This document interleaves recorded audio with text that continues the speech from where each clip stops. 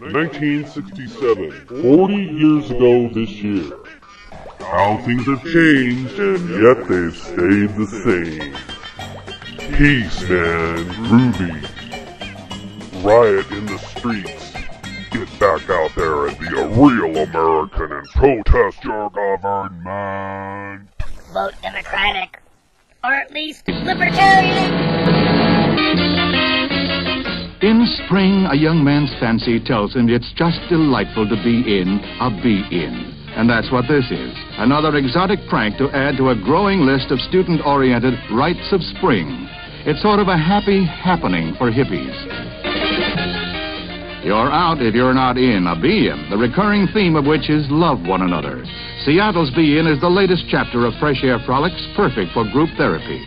Whatever happened to goldfish swallowing?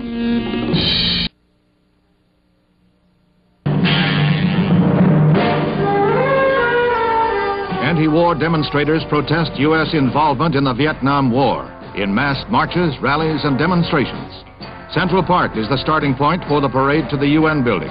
The estimated 125,000 Manhattan marchers include students, housewives, beatnik poets, doctors, businessmen, teachers, priests, and nuns. Makeup and costumes were bizarre.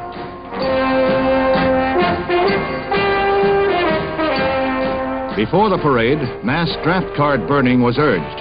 Demonstrators claimed 200 cards were burned, but no accurate count could be determined. Reporters and onlookers were jostled away on purpose. Although mostly peaceful, shouted confrontations were frequent and fiery during the course of the march. The anti-war marchers were picketed by anti-war marchers who were hawkish toward the parading doves.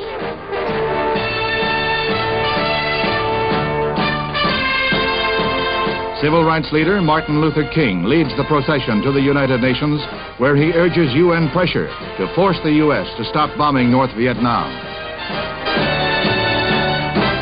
Police arrested 5 persons as disorderly. 3 were grabbed when they rushed the parade float. No serious injuries, however, in New York's biggest anti-war march.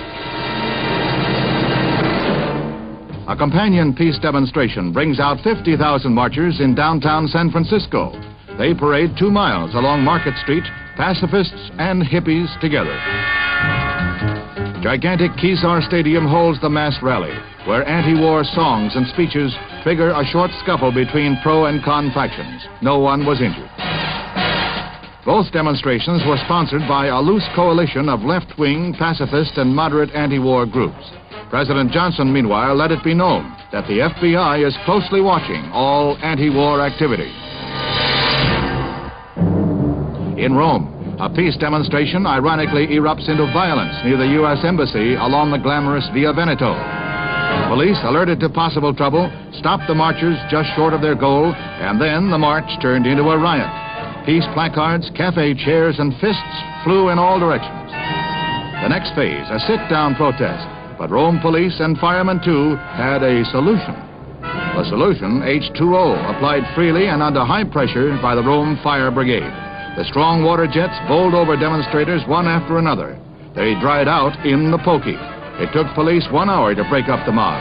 33 rioters were arrested. Internal drama in the Eternal City.